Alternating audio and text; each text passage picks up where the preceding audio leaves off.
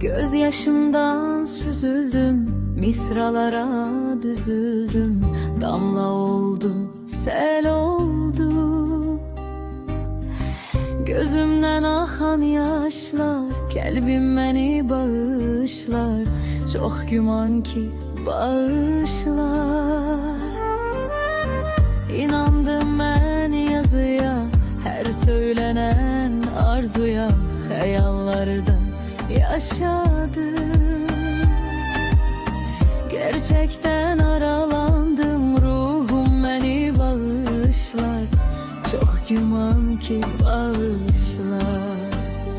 Gül çiçekte aktardım her sohbeti, her sözü. Dünyadan aralandım, tapmadım ben özümü. Yürek beni bağışlar. Çok güman ki bağışlar. Gül çiçekte aktardım her sohbeti, her sözü. Dünyadan aralandım, tapmadım ben özümü. Yürek beni bağışlar.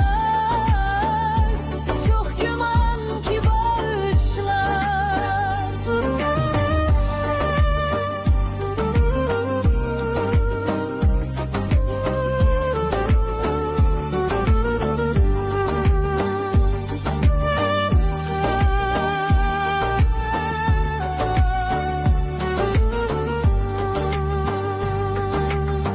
İnandım ben yazıya, her söylenen arzuya, hayallardı yaşadım.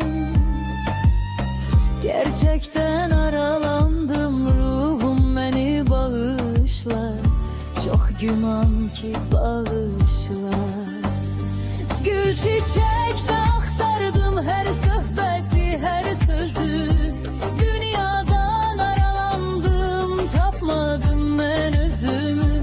Yürek beni bağışlar. Çok güman ki bağışlar.